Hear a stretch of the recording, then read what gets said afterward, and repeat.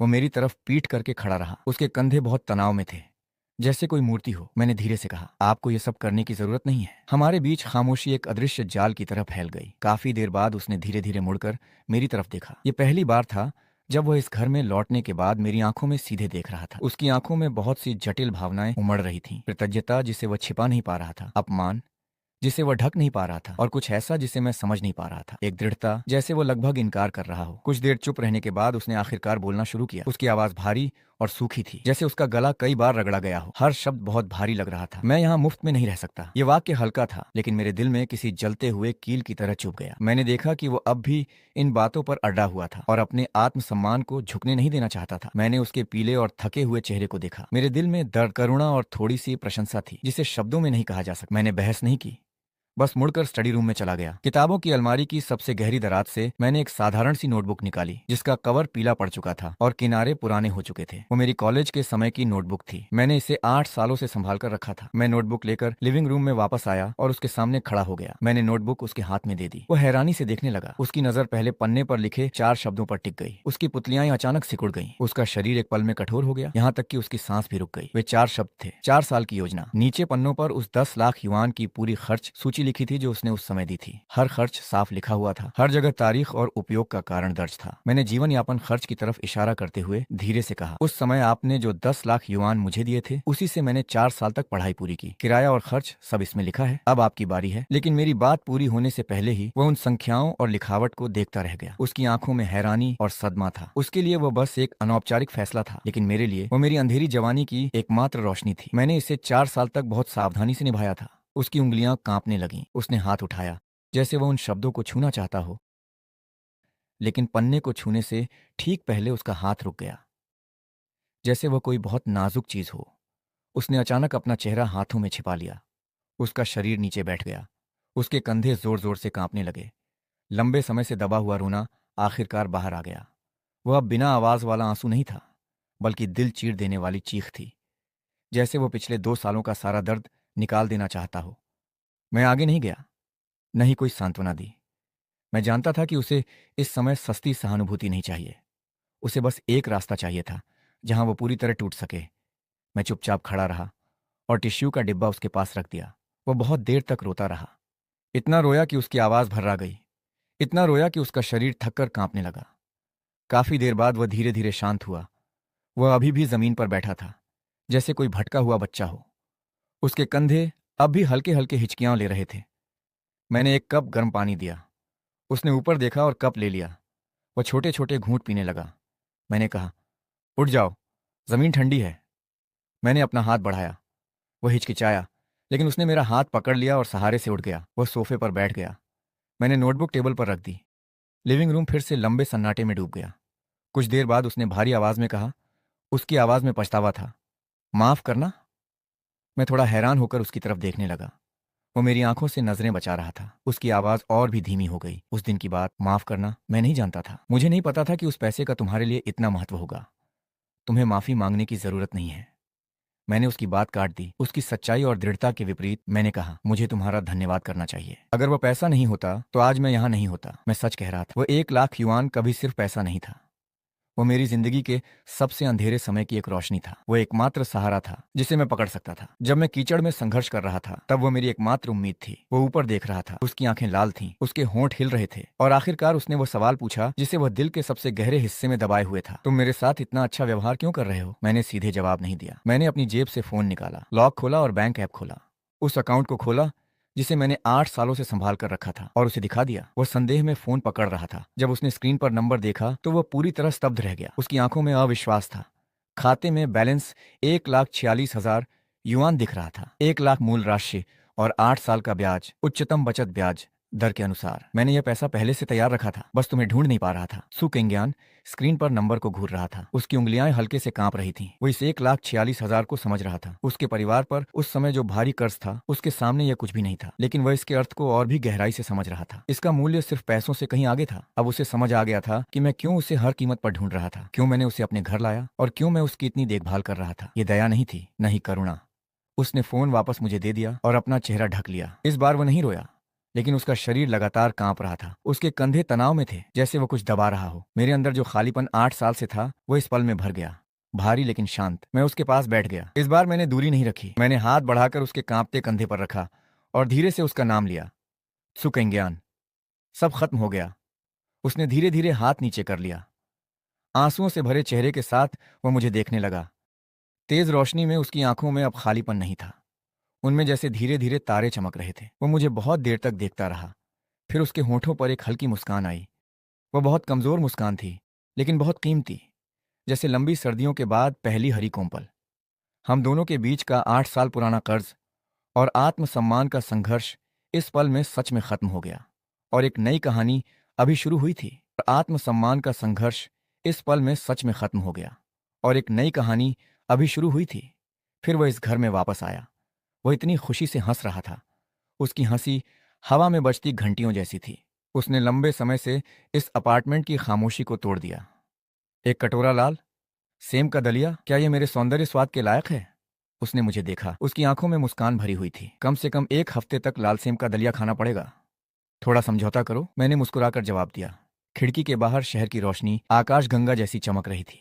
मैं जानता था कि असली त्सु खिंग्यान धीरे धीरे वापस आ रहा था और मेरे और उसके बीच की कहानी भी अब एक नए पन्ने पर पहुंच गई थी। अब ये कर्ज और भुगतान की कहानी नहीं थी, बल्कि साथ चलने और सह अस्तित्व की कहानी थी।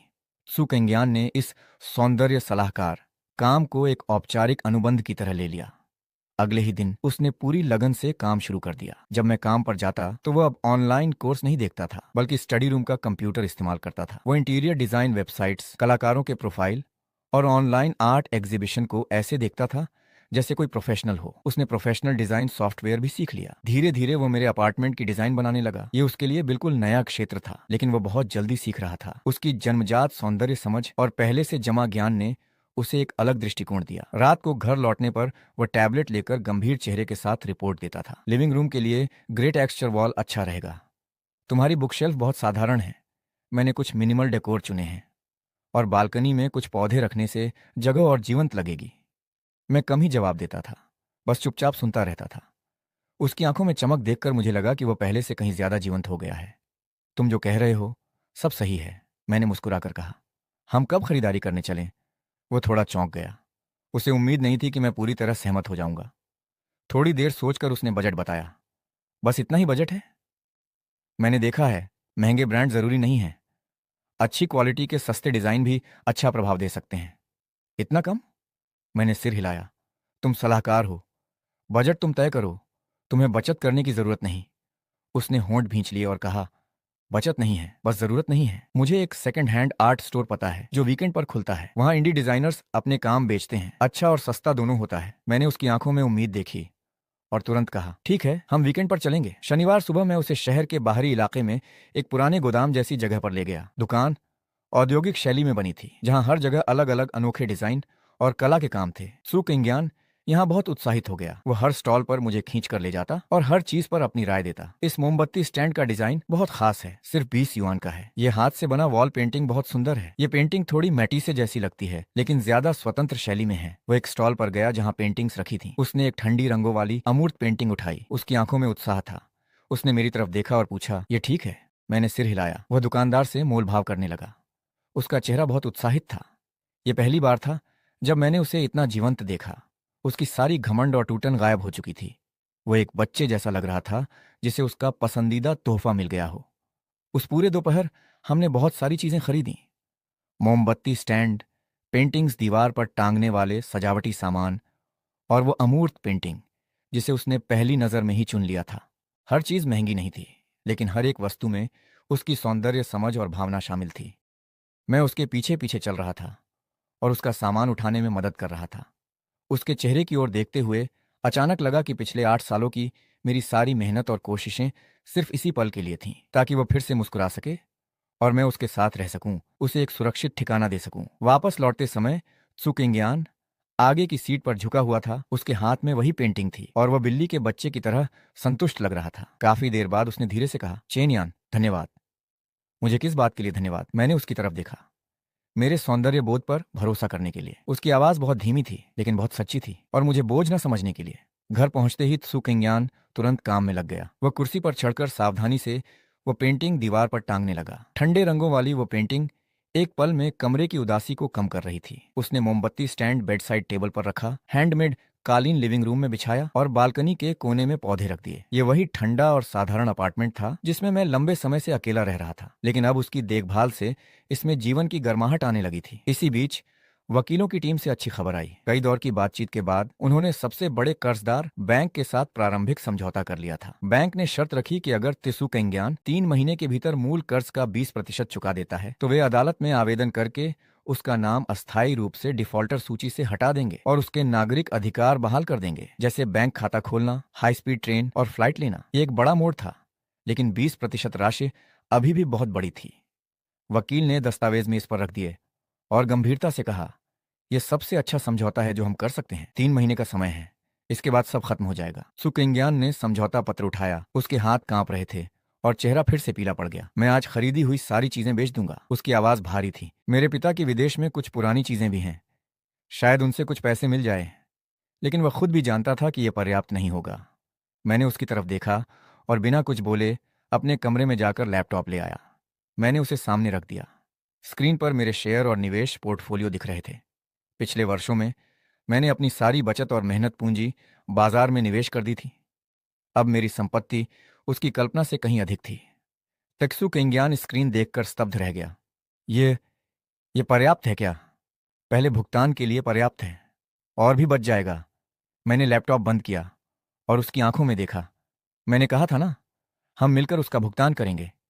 ये पैसे का दान नहीं है, बल्कि एक न्यायपूर्ण निवेश है। वो रोते हुए बोला, मैंने अपनी जिंदगी बर्बाद कर दी है, मैं तुम्हें अपने साथ नीचे नहीं खींच सकता। मैंने उसे रोकते हुए कहा, तुम एक नई डिजाइन कंपनी शुरू कर सकते हो। नाम होगा त्सुकिंग्यान एस्थेटिक डिजाइन। तुम इसके फाउंडर और एकमात्र डिजाइनर होंगे। मैं पैसा लगाऊंगा ताकि कर्ज चुकाया जा सके, और जब कंपनी चलेगी मुझे 51% हिस्सेदारी चाहिए। न्यायपूर्ण है ना? वो हैरान होकर मुझे देखता रहा। उसकी आंखों में गहरा सदमा और भावनाएं थीं। अंत में वह समझ गया कि मैं क्या कर रहा हूं। मैं ठंडी बिजनेस लॉजिक के साथ उसकी मदद कर रहा था, ताकि उसकी जिद और आत्मसम्मान सुरक्षित रह सके। मैं कुछ भी नहीं जानता। उसकी आवाज कांप रही थी। मैं डरता हूं कि मैं कर नहीं पाऊंगा। मैंने उसे रोक दिया। तुम्हारी सौंदर्य समझ कभी खत्म नहीं हुई। मैं तुम पर भरोसा करता हूं, तुम भी खुद पर भरोसा करो। वो मुझे देर तक देखता रहा। फिर उसने धीरे से सिर हिला दिया, लेकिन इस बार बहुत मजबूती से।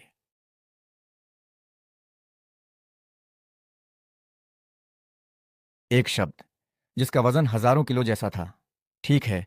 उस दिन के बाद से घर का माहौल पूरी तरह बदल गया। अब हम मालिक और सलाहकार नहीं रहे। नहीं हम बचाने वाले और बचाए जाने वाले थे, बल्कि हम साथ मिलकर आगे बढ़ने वाले बिजनेस पार्टनर बन गए थे। सुखिंग्यान अब अपनी पिछली असफलताओं में नहीं डूबा था। वह पूरी लगन से नई कंपनी की तैयारी में लग गया। वह बाजार का अध्ययन करता, प्रतियोगियों का विश्लेषण करता और पुराने कला जगत के दोस्तों से भी संपर्क करने लगा। उसका आत्मविश्वास और एक मजबूत व्यापारी जैसी शैली धीरे धीरे वापस आने लगी, और मैं वित्त और कानूनी मामलों से जुड़े काम संभालता था। मैंने अपने ज्यादातर शेयर बेच दिए और पूंजी इकट्ठी करके हमारे साझा व्यवसाय और जीवन में लगा दी। धीरे धीरे हमारे लक्ष्य एक जैसे हो गए। दिन में मैं प्रोजेक्ट और कर्ज से जुड़े काम संभालता था। शाम को घर लौटने पर हमेशा एक जलती हुई लाइट और गर्म खाना मेरा इंतजार करता था। सुकिंग्यान ने खाना बनाना सीखना शुरू कर दिया। शुरुआत में वह थोड़ा अनाड़ी था, कभी खाना जला देता, कभी नमक डालना भूल जाता, लेकिन मैं हमेशा पूरा खाना खा लेता था। वे मेरे जीवन के सबसे अच्छे भोजन थे, क्योंकि उनमें उसका दिल और हमारी बढ़ती हुई बातें छिपी थीं। एक शाम मैं ओवर टाइम करके देर से घर लौटा। दरवाज़ा खोलते ही मुझे खाने की खुशबू महसूस हुई। सुकिंग्यान एक थोड़ा बड़ा कार्टून वाला एप्रन पहने हुए था और रसोई से आलू की डिश लेकर बाहर आ रहा था। मुझे देखकर वह जल्दी से मुस्कुराया। मैंने देखा कि इन दिनों तुम बहुत व्यस्त हो और ठीक से खाना नहीं खा रहे थे, इसलिए मैंने बनाने की कोशिश की। पता नहीं तुम्हें पसंद आएगा या नहीं। खाने की मेज पर दो व्यंजन और एक सूप रखा था। आलू के अलावा एक सब्जी और एक कटोरा हड्डियों का सूप भी था। ये बहुत साधारण और घरेलू भोजन थे, लेकिन उनसे उठती गर्माहट इतनी थी कि मेरा दिल भी कांप गया। मैं बैठ गया और चॉपस्टिक से थोड़ा आलू उठाया। स्वाद उम्मीद से कहीं ज्यादा अच्छा था। बहुत स्वादिष्ट है, मैंने उसकी तरफ देखकर ईमानदारी से कहा। उसने राहत की सांस ली और उसके चेहरे पर हल्की मुस्कान आ गई। जब मैं विदेश में पढ़ता था, तब मैंने खुद खाना बनाना सीखा था। उस समय मुझे घर की याद आती थी, इसलिए मैं कुछ घरेलू खाना बना लेता था। यह पहली बार था जब उसने खुद अपनी विदेश की जिंदगी का जिक्र किया। उसकी आवाज़ शांत थी, जैसे वो किसी और की कहानी सुना रहा हो। लेकिन मैं कल्पना कर सकता था, एक अमीर परिवार में पली लड़की जो अकेले पराए देश में थी, जहां उसने खाना बनाना, आत्मनिर्भर होना और अकेलेपन व कठिनाइयों का सामना करना सीखा। उस रात हमने बहुत कम बातें की, लेकिन वो भोजन बहुत गर्मजोशी भरा था। खाने के बाद उसने बर्तन धोने की जिद की। मैंने उससे बहस नहीं की, बस रसोई के दरवाजे से टिक कर उसे देखता रहा। वह अपनी आस्तीन ऊपर करके सिंक के पास व्यस्त था। रोशनी उसके शरीर पर पड़ रही थी, बहुत नरम और सुंदर लग रही थी। उस पल मुझे अचानक महसूस हुआ कि कर्ज हो या बिजनेस शुरू करना, अब इनमें से कुछ भी उतना महत्वपूर्ण नहीं रह गया था। मैं बस चाहता था कि ये शांत और गर्मजोशी भरे दिन थोड़े और लंबे चलें, बस थोड़ा और समय तक। समय धीरे धीरे बीतता गया। हमारी जिंदगी धीरे धीरे अपनी सामान्य दिशा में आने लगी। सु केंग्यान ने कंपनी रजिस्टर कर ली थी।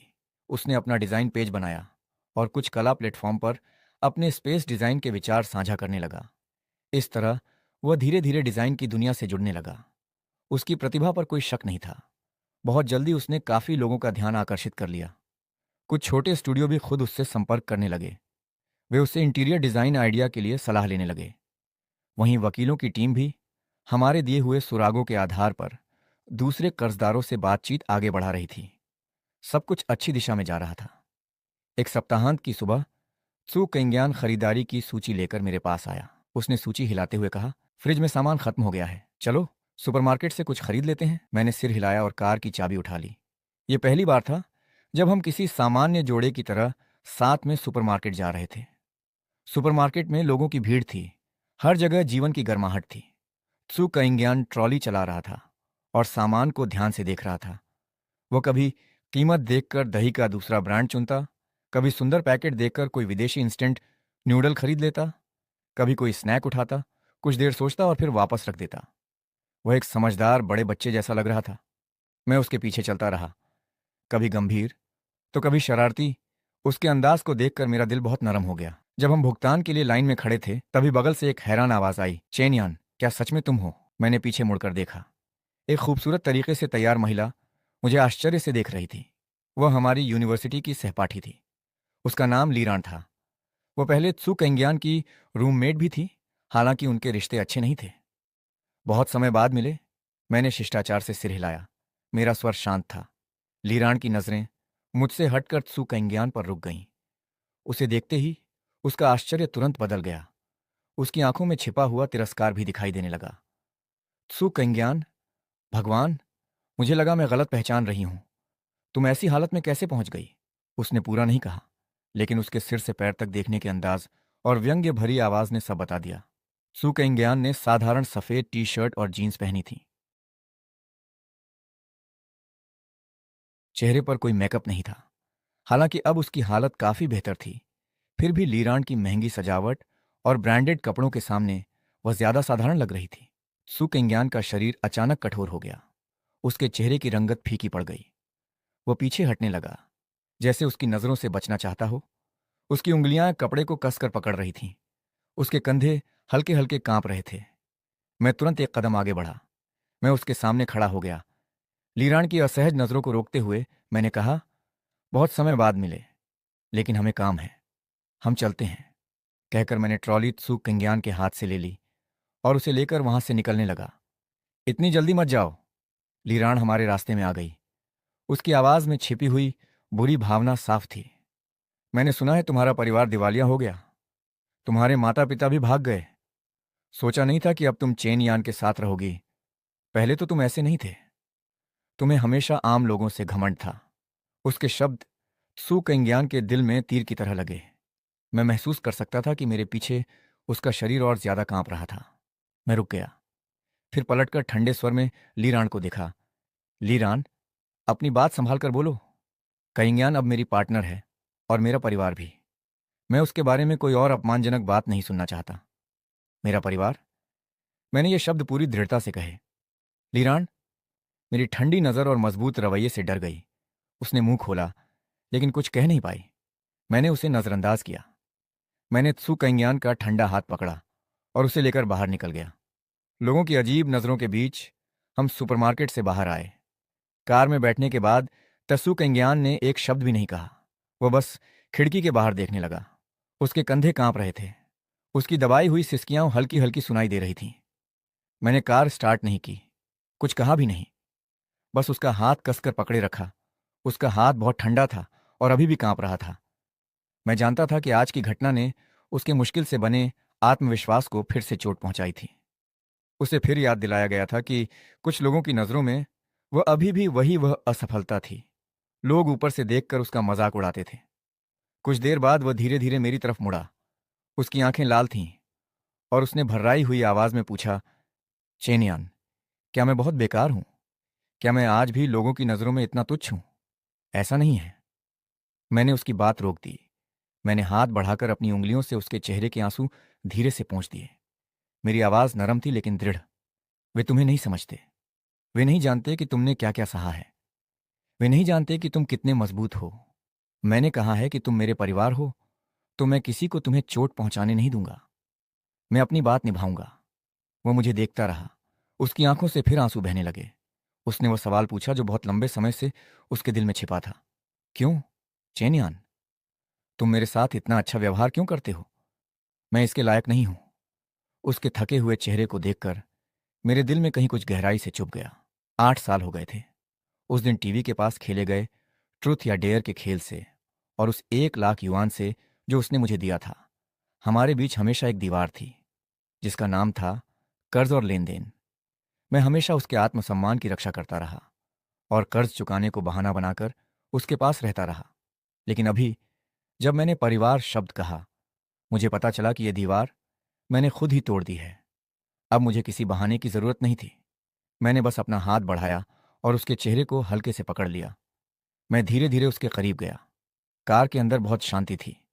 सिर्फ हम दोनों की सांसों की आवाज थी। मैंने उसके होठों को बहुत हल्के और धीरे से छुआ। उसमें थोड़ी सी पीड़ा थी और बहुत सच्चाई थी। यह अचानक लिया गया फैसला नहीं था, बल्कि एक गंभीर वादा था। 8 सालों की दूरी के बाद उसका शरीर अचानक रुक गया। उसकी आंखें हैरानी से बड़ी हो गईं। उसके होंठ ठंडे थे। आंसुओं का हल्का स्वाद था, लेकिन उनमें ऐसी कोमलता थी जिसने दिल दुखा दिया। मैं धीरे से पीछे हटा और अपना माथा उसके माथे से लगाया। उसकी हैरान आंखों में देखते हुए मैंने गंभीर आवाज में कहा, क्योंकि 8 साल पहले जब मैंने तुम्हारे 1 लाख युआन स्वीकार किए थे, तब तुम सिर्फ मेरी लेनदार नहीं रही थी। तुम मेरी अंधेरी जवानी की एकमात्र रोशनी थी। जब मैं मुश्किलों में फंसा था, तब तुम मेरी एकमात्र दिशा थी और वही इंसान थी जिसे मैं पाना चाहता था। 8 सालों की मेहनत के बाद मेरी बातें उसके शांत दिल पर पत्थर की तरह गिरीं और भावनाओं की लहरें पैदा कर गईं। वो चुपचाप मुझे देखता रहा। उसका दिमाग खाली था।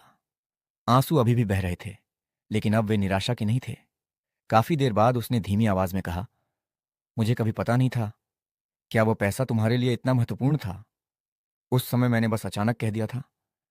मैंने कभी तुम्हें गंभीरता से देखा भी नहीं था। मैंने उसके आंसू पोंछे और मुस्कुराकर कहा, उस समय तुम बहुत अजीब थीं, एक घमंडी राजकुमारी जैसी, जो कभी मेरे जैसे गरीब छात्र को देखती भी नहीं थी। लेकिन तुम्हें नहीं पता था कि तुम्हारे दिए हुए 1 लाख युआन ने मुझे कीचड़ से बाहर निकलने का मौका दिया। मैंने हर दिन मेहनत की। मैंने पढ़ाई और काम में खुद को झोंक दिया। मैंने कभी आलस नहीं किया। मैं जल्दी से बेहतर बनना चाहता था, जल्दी तुम्हारे बराबर आना चाहता था, ताकि तुम्हारे सामने खड़ा होकर तुम्हारी आंखों में देख सकूं और तुम्हारा कर्ज सम्मान के साथ चुका सकूं। मैंने 8 साल लगा दिए और आखिरकार तुम्हारे पास वापस आ गया। लेकिन मैंने नहीं सोचा था कि यह ठंडा घर तुम्हारी वजह से आखिरकार एक घर जैसा बन जाएगा। अगली सुबह मैं हमेशा की तरह काम पर गया। दरवाजे से निकलने से पहले मैंने हल्के से उसके सिर पर हाथ फेरा। मैंने कहा कि जल्दी आराम करना। उसने सिर हिलाया। उसके चेहरे पर हल्की मुस्कान थी। उसकी आंखों में गहरी नरमाहट थी। वो ऐसी शांत और प्यारी नरमाहट थी जो मैंने पहले कभी नहीं देखी थी। मेरे जाने के बाद यह पहली बार था कि वह सोफे पर खोई खोई नहीं बैठी रही, बल्कि अनायास ही मेरे शयनकक्ष में चली गई।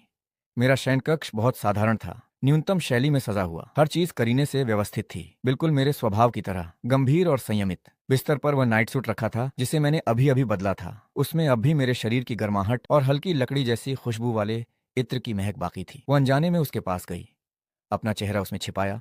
उसने गहरी सांस ली और उसके गाल तुरंत गर्म होकर लाल पड़ गए। तब उसे एहसास हुआ कि किसी ठंडे स्वभाव वाले इंसान से प्रेम करना कितना मधुर होता है, कितना घबराहट भरा, कितना स्तब्ध कर देने वाला। वो मानो किसी चोर की तरह जल्दी से नाइट सूट को उसकी पुरानी जगह पर रखकर घबराई हुई शयनकक्ष से बाहर भाग गई। लेकिन उसके दिल का छोटा सा हिरण लगातार इधर उधर टकराता रहा। वो लंबे समय तक खुद को शांत नहीं कर सकी। तभी, जब वो बेचैन थी, वकील का फोन उसे वास्तविकता में वापस ले आया। मिस्सू, नमस्कार। वकील की आवाज बहुत शांत और स्थिर थी। बैंक की ओर से विलय समझौते की पुष्टि हो चुकी है। अब हमें आपकी कंपनी की पिछले वर्षों की कुछ संपत्ति संबंधी दस्तावेजों की आवश्यकता है, विशेष रूप से विदेशों में स्थित संपत्तियों से जुड़े कागजात। हमारी अगली वार्ता के चरण के लिए यह अत्यंत महत्वपूर्ण है। क्या आपको याद है कि ये दस्तावेज सामान्यतः कहाँ रखे जाते थे? सू छिंगनेन के चेहरे का भाव थोड़ा बदल गया। वह कुछ क्षण चुप रही और धीरे से बोली, मेरे पिता के पास एक गुप्त तिजोरी थी। वो न कंपनी में थी, न पुराने घर में, बल्कि हमारे परिवार के ननिहाल वाले पुराने मकान में रखी हुई थी। ठीक है, मैं समझ गया, वकील ने उत्तर दिया। मैं तुरंत अदालत से महत्वपूर्ण साक्ष्य की तलाश के आधार पर आवेदन करूंगा, ताकि हमें अस्थायी रूप से उस पुराने घर में प्रवेश की अनुमति मिल सके। कृपया आप तैयार रहें। संभव है कि तिजोरी की सही जगह की पुष्टि के लिए आपकी व्यक्तिगत उपस्थिति आवश्यक हो। फोन रखने के बाद सू छिंगनियन का मन भारी हो गया। वो पुराना घर उसके बचपन की सभी सुंदर यादों को संजोए हुए था। वही घर उसके परिवार की समृद्धि से पतन तक की पूरी यात्रा का साक्षी भी था। वहाँ एक छोटा सा झूला था, वहाँ वो घास का मैदान था जहाँ उसके 18वें जन्मदिन की वयस्कता समारोह आयोजित किया गया था। वहाँ उसके और उसके माता पिता की हंसी खुशी की गूंज बसी हुई थी। लेकिन अब वहाँ केवल उजाड़पन बचा था, मानो सब कुछ खंडहर बन चुका हो। वह थोड़ी डरी हुई थी, फिर भी उसने साहस जुटाकर मुझे फोन किया। उसने मुझे सारी बात विस्तार से बता दी। फोन के दूसरी ओर मैं कुछ पल चुप रहा, फिर दृढ़ स्वर में बोला, मैं छुट्टी लेकर तुम्हारे साथ चलूंगा। जरूरत नहीं, उसने जल्दी से कहा। तुम्हारा काम इतना व्यस्त है, मैं अकेली चली जाऊंगी। नहीं, मैंने उसकी बात बीच में ही काट दी। मैं तुम्हारे साथ चलूंगा, चाहे कहीं भी जाना पड़े। मैं तुम्हें अकेले उसका सामना नहीं करने दूंगा। उसने फिर मना नहीं किया। फोन के दूसरी ओर से हल्की सी सिसकी सुनाई दी। वह भावुकता भी थी और राहत भी। 2 दिन बाद मैं, सू छिंगनियन और वकील उस पुराने घर के फाटक के सामने खड़े थे। अदालत के कर्मचारी पहले ही आ चुके थे। उन्होंने दरवाजे पर लगी सील हटा दी थी और भावहीन चेहरे के साथ एक तरफ खड़े होकर निगरानी कर रहे थे। सू छिंगनान ने उस परिचित लोहे के फाटक को देखा, आंगन में उगी जंगली घास को देखा और उस झूले को देखा जो बहुत पहले ही सड़ चुका था। उसकी आंखें तुरंत लाल हो गईं। यहाँ की हर घास, हर पेड़ उसकी यादों को संजोए हुए था, उसके परिवार की पुरानी शान और गौरव को संजोए हुए था। लेकिन अब लोग जा चुके थे और केवल उजाड़पन तथा अंतहीन दुख ही बाकी रह गया था। उसके पैर मानो शीशे से बंध गए हों। वो एक कदम भी आगे नहीं बढ़ पा रहा था। उसका शरीर हल्का सा कांप रहा था। मैंने धीरे से उसका हाथ थाम लिया, उसे मजबूती से दबाया, उसे थोड़ा साहस दिया। मैंने कुछ नहीं कहा, बस उसे एक एक कदम आगे बढ़ने में सहारा देता रहा। जब हम इस पुराने, परिचित लेकिन अजनबी लगने वाले घर में दाखिल हुए तो अंदर मोटी धूल जमी हुई थी। सारा फर्नीचर सफेद कपड़ों से ढका हुआ था, मानो खामोश भूत हों। कई वर्षों से जमा धूल की गंध ने वातावरण को भारी बना दिया था। सू छिंगनान अपनी यादों के सहारे हमें दूसरी मंजिल पर ले गया और अपने पिता के कार्यालय के भीतर स्थित एक छोटे से कमरे तक पहुंचा। वो उसके पिता का निजी संग्रह कक्ष था। पहले वहां की दीवारें तस्वीरों और चित्रों से भरी रहती थीं, लेकिन अब केवल खाली फ्रेम ही बचे थे। वह जगह बेहद सूनी और ठंडी लग रही थी। वह एक दीवार के सामने जाकर खड़ा हुआ और अपनी यादों के अनुसार क्रम से काम करने लगा। किताबों की एक अलमारी, जो असल में एक गुप्त तंत्र को छिपाने के लिए बनाई गई थी, उसमें उसने पासवर्ड दर्ज किया। एक क्लिक की आवाज आई और दीवार एक तरफ खिसक गई, जिससे एक विशाल दीवार में जड़ी तिजोरी दिखाई दी। वकील और अदालत के कर्मचारी दोनों आश्चर्यचकित रह गए। सू छिंगनान ने गहरी सांस ली, सही पासवर्ड डाला और उस भारी तिजोरी का दरवाजा खोल दिया। अंदर वैसा सोना चांदी और कीमती रत्न नहीं थे जैसा सभी ने सोचा था। वहां केवल कुछ सुव्यवस्थित दस्तावेज और कुछ मखमली डिब्बे रखे हुए थे। उसने एक डिब्बा उठाकर खोला, जिसके अंदर एक क्रिस्टल का हार शांतिपूर्वक रखा हुआ था। यह उसकी माँ का सबसे पसंदीदा आभूषण था। यह उसके माता पिता की प्रेम यादगार थी, जो उसके पिता ने उसकी माँ को उपहार में दिया था। एक दूसरे डिब्बे में एक पुरुषों की घड़ी रखी थी, जो उसने अपने 18वें जन्मदिन पर अपने पिता को उपहार में दी थी। तब उसे समझ आया कि उसके पिता के लिए सबसे कीमती चीज कभी भी वे महंगे संग्रह नहीं थे, बल्कि ये छोटे छोटे सामान थे, जिनमें परिवार का प्यार और भावनाएं बसी हुई थीं। सू छिंगनान अपने आंसुओं को और नहीं रोक सका। आंसू एक एक करके मखमली डिब्बे पर गिरने लगे। उसके कंधे जोर जोर से कांपने लगे। मैं पीछे से उसके पास गया और उसे धीरे से गले लगा लिया। उसके सिर पर अपना हाथ रखा और अपने शरीर की गर्माहट से चुपचाप उसे सांत्वना देने लगा। उस पल, उस ठंडे कमरे में, इन दर्दनाक यादों के बीच, उसने पहली बार ऐसी सुरक्षा और गर्माहट महसूस की जो उसने पहले कभी महसूस नहीं की थी। वकील आगे आया और सावधानी से उन दस्तावेजों को देखने लगा। उसके चेहरे पर राहत भरी मुस्कान उभर आई। मिस्टर सू, मिस्टर चेन, ये वास्तव में एक महत्वपूर्ण खोज है। ये दस्तावेज साबित करते हैं कि कंपनी के संकट में आने से पहले आपके पिता ने कानूनी रूप से संपत्तियों को अलग रखने की व्यवस्था बनाई थी। ये संपत्ति छिपाने का जानबूझकर किया गया प्रयास नहीं था। कानूनी दृष्टि से ये हमें बहुत बड़ा लाभ दिला सकता है। बैंक के साथ बातचीत में हमारी जीत की संभावना अब काफी बढ़ गई है। ये निश्चित रूप से सुरंग के अंत में दिखाई देने वाली पहली रोशनी है। यद्यपि कर्ज की समस्या को पूरी तरह हल करने के लिए अभी भी लंबा रास्ता तय करना बाकी है, लेकिन कम से कम अब हमें उम्मीद की एक किरण दिखाई दे रही है। जब हम उस पुराने घर से बाहर निकले तो सू छिंगनान ने पीछे मुड़कर देखा। डूबते सूरज की रोशनी में वह इमारत और भी अधिक उजाड़ दिखाई दे रही थी। उसकी आंखों का दुख धीरे धीरे शांति में बदलने लगा। शायद अतीत को अलविदा कहने का सबसे अच्छा तरीका उसे भूल जाना नहीं, बल्कि उन सबसे कीमती यादों को साहस के साथ अपने साथ लेकर चलना है और फिर उन्हीं यादों के सहारे साहसपूर्वक आगे बढ़ते रहना है। अब उसके पास कोई था जो उसके साथ आगे बढ़ने को तैयार था। वापसी के रास्ते में सू छिंगनान लगातार मेरे कंधे पर सिर टिकाए रहा। उसने एक शब्द भी नहीं कहा। कार धीरे धीरे डूबते सूरज की रोशनी में आगे बढ़ती रही। हमारी परछाइयां लंबी होती चली गईं, एक दूसरे से सटी हुई, मानो अब कभी अलग नहीं होंगी। समय जैसे तेजी से आगे बढ़ने लगा था और हर चीज धीरे धीरे बेहतर दिशा में विकसित हो रही थी। सब कुछ बेहतर दिशा में आगे बढ़ रहा था। वकीलों की टीम ने पुराने घर से मिले दस्तावेजों का पूरा लाभ उठाया और बैंक के साथ बातचीत का नया दौर शुरू किया। प्रगति बेहद संतोषजनक रही। सू छिंगनान को भी आखिरकार अपने नए करियर में एक अवसर मिल गया। एक सप्ताह बाद उसे एक अनजान फोन कॉल आया। सामने वाले व्यक्ति ने खुद को एक होटल का प्रबंधक बताया। उसने कहा कि उसने इंटरनेट पर सू छिंगनान के स्पेस एस्थेटिक्स से जुड़े लेख और डिजाइन स्केच देखे हैं। वह उसके विचारों से बहुत प्रभावित था और होटल के नए वीआईपी लाउंज के लिए इंटीरियर डिजाइन योजना तैयार करने का निमंत्रण देना चाहता था। फोन रखते ही सू छिंगनान खुशी से उछल पड़ा। उसकी आंखों में उत्साह और चमक भर गई थी। वह सीधे अध्ययन कक्ष में भागा, जहां मैं दस्तावेज देख रहा था। भावुक होकर उसने कहा, चेनियान, मुझे ओनाडर मिल गया। मुझे मेरा पहला डिजाइन प्रोजेक्ट मिल गया। वह इतनी तेजी से मुझसे आकर टकराया कि मैं लड़खड़ा गया, लेकिन अगले ही पल मेरे चेहरे पर एक सच्ची मुस्कान आ गई। मैंने उसके कंधे पकड़ लिए और उसके उत्साह से लाल हुए चेहरे को देखा। मेरी आंखों में गर्व और प्रशंसा भर गई। मुझे पहले से पता था कि तुम यह कर सकते हो। इसके बाद के दिनों में सू छिंगनान ने अपना पूरा ध्यान इस डिजाइन प्रोजेक्ट में लगा दिया।